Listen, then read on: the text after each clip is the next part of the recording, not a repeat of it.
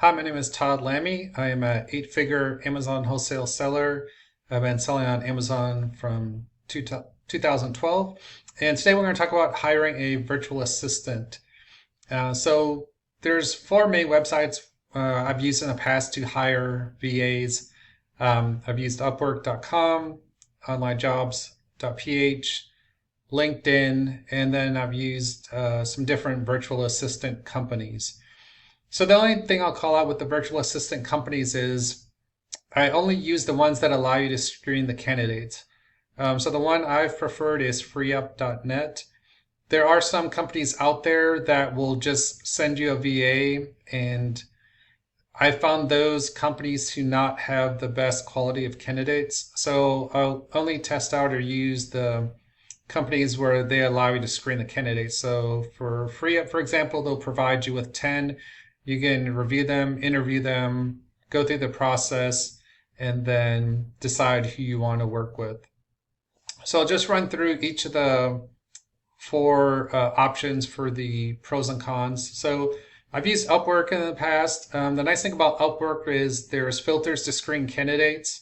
You can have different filters as far as like how much money they've earned, what their feedback rating is, how long they've been on the platform, those kind of things. There's also a portfolio of their work where they'll have some different screenshots. If you're hiring for like an Excel position, they'll have some different screenshots of some of their Excel work, or if they're graphic artists, graphic designs, they'll have different items up there. You also have reviews from their past employers.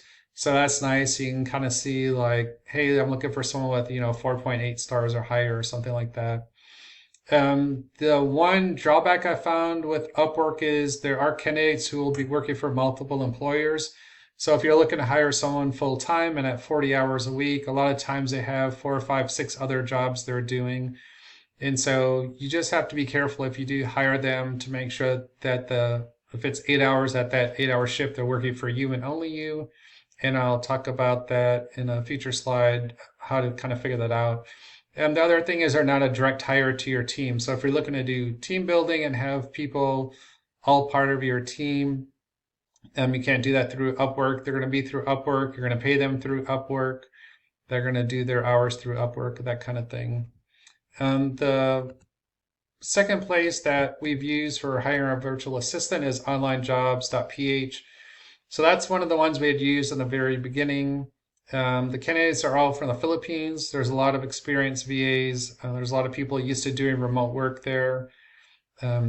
They are a direct hire to your team because you're doing the hiring yourself based off of the candidates.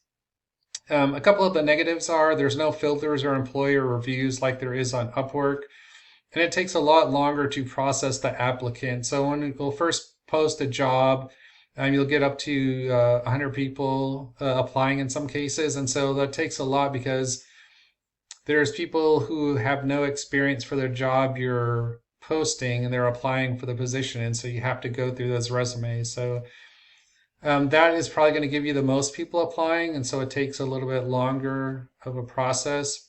But you can find quality people through that website. We've hired people from that site before. The third one is LinkedIn. So this is the site that I've found to be the best candidates lately. You can get all candidates from the Philippines. You have to set the location for the job posting. So there's a way to do that. If you're interested in other countries or if you don't care where they're from, there's ways you can do that too. They would be a direct hire to your team because you're going through the process of doing the interviews for them. And then I have found the candidates on LinkedIn to be more professional. They have like a higher skill level, um, but you're also going to pay at a higher rate. Some of the cons with LinkedIn, no filters or employer reviews, same as the online jobs. There's not as many people that apply as they do on online jobs. Maybe if you're having like 100 people apply on online jobs, for LinkedIn, it's maybe 50 people. So the process will take a little bit longer. And the pay rate will be higher, but you're also getting more of a professional person. So online jobs, probably a little bit lower rate. LinkedIn is a little bit higher rate, but you're also getting a better quality type of person applying for the position. So it just kind of depends what you're looking for. And then as far as like an agency, they will do the initial screening It's a typical smaller candidate pool, so the hiring can be faster. And then the time and screenshots, so them like doing their 8 hours, and then they'll usually have the agency will have some kind of software. They'll do screenshots every 10 or 15 minutes. So you can go back and check and see what they're doing. That'll usually be through the software of the agency. The cons, you're going to have the highest pay rate because whatever the salary is, you're paying the agency fee on top of that, which could be anywhere from 20 to 30%. So if you're hiring someone at, you want to pay $8, you might be paying the agency $10. $8 would go to the virtual assistant, and $2 then per hour would go to the agency. It's a smaller candidate pool, so it's kind of a pro and con. If you're looking for someone immediately, you can get someone pretty fast, but you might not find the candidates you want. So you might have to go through several rounds of interviews. And they're also not a direct hire. So it depends if you want people on your team, if you're going to do like a team building event once a year or not, or if you don't care if they're not part of the team. It just has some different dynamics. So that's the other caveat for that. And then as far as the tips for hiring success, so we always put a secret word in the job description. So you could put, in the job description, please reply back to this job.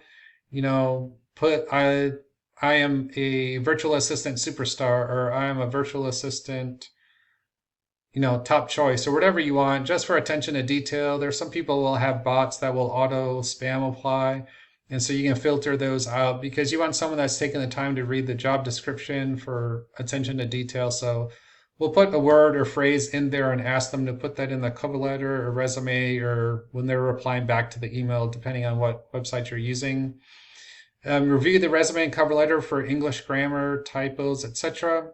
Depending on the role you're hiring for. So if you're hiring for someone to contact customers in the United States for wholesale accounts, you're going to want to make sure that they have good grammar, they're able to write in complete sentences, and they're going to be able to represent your company well. And the third thing is that some type of Microsoft Excel IQ personality test. There's a bunch of free tests out there, and again, it depends kind of on the job. If it's going to be an Excel heavy job, I would give them some general Excel tests. So usually I'm looking for if they can do VLOOKUPs, if they can do pivot tables. That's going to be something at the minimum you want. And IQ just for like general intelligence, that kind of things. When it gets down to the final 2 or 3, give them a real world task and then pay them for their time. So if you're doing something with Amazon reports and you want to say like, hey, take this data, do a VLOOKUP, put it over here, then do a pivot table, and I want you to do a graph. You're just going to have to make sure you have very detailed job descriptions for them, and so that they can do the task and then pay them whatever it is, $5 an hour for their time to do the task. In addition to the task, we'll also try to do a Zoom/Skype, some type of video where they're on camera. So again, this just kind of goes back to the English grammar, how they present themselves, how they communicate, just the way they're able to make sure that they understand the job description and what is going to be asked of them. So we'll always do a video call with them first when we get down to the final couple of people. If you have 100 people applying, obviously you're not going to have time to do a video call with all of them, but once we get down to the final 2 or 3, we'll do a video call and then also have them do a task that applies to the position that they're going for to make sure that's going to be something they're going to be able to do. The other thing is, don't be cheap on salary. I know 5 or 6 years ago, people will be like, oh, I got a VA where I'm paying them $2 or $3. That just doesn't work anymore. There's inflation, the cost of living, everything else. So people are hiring at a higher dollar point. You can kind of look at the job description online on some of the websites and see what the range is. You could put negotiable and just ask people what they want and then decide if you want to hire. But the $2 to $3, like trying to be cheap, that doesn't work anymore. So just be prepared to pay higher rates. The other key is in the job description to put the hours for the job. So if you want them to work US hours, or if they're in the Philippines, or if they're in India, or wherever they're located, if it's okay for them to work those hours. It's just going to be hard if you want them to work US hours and they've never done that in the past. I have not found much success with that. It's always the people that have worked that shift that you hire for that are going to have the better chance for success. So I always want to make sure they have experience working that shift.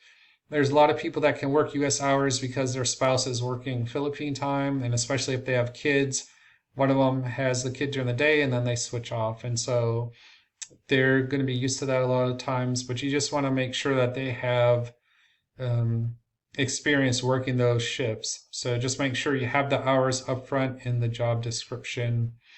And then the last thing is slow to hire, quick to fire. So you can usually tell within the first 2 weeks that the person's not quite understanding the job.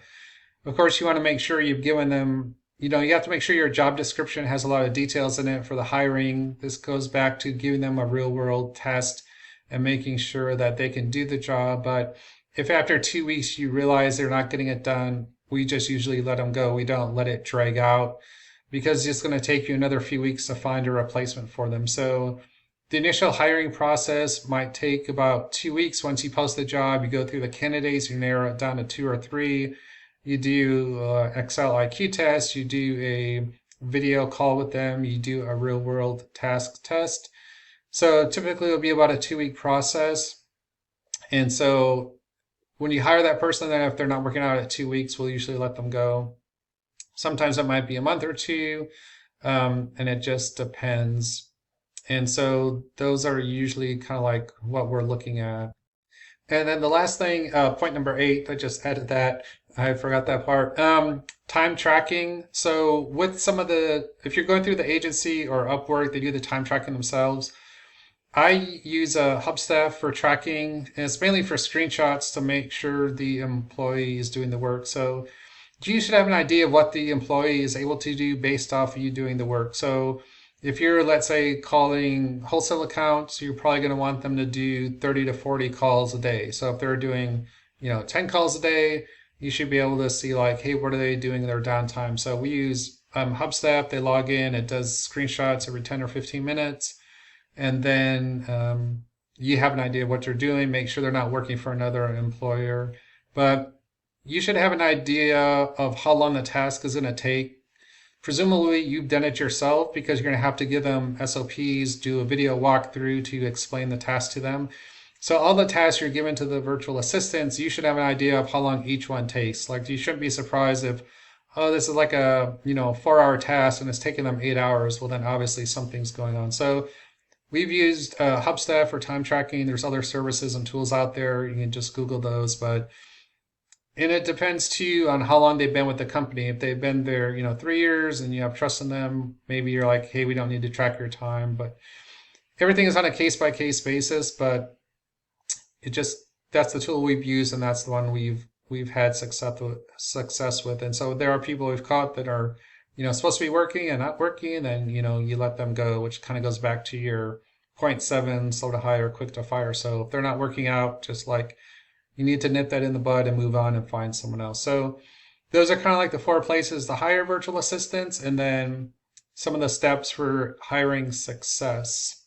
So if you have any comments, just post them in the video and then I'll be happy to respond to them.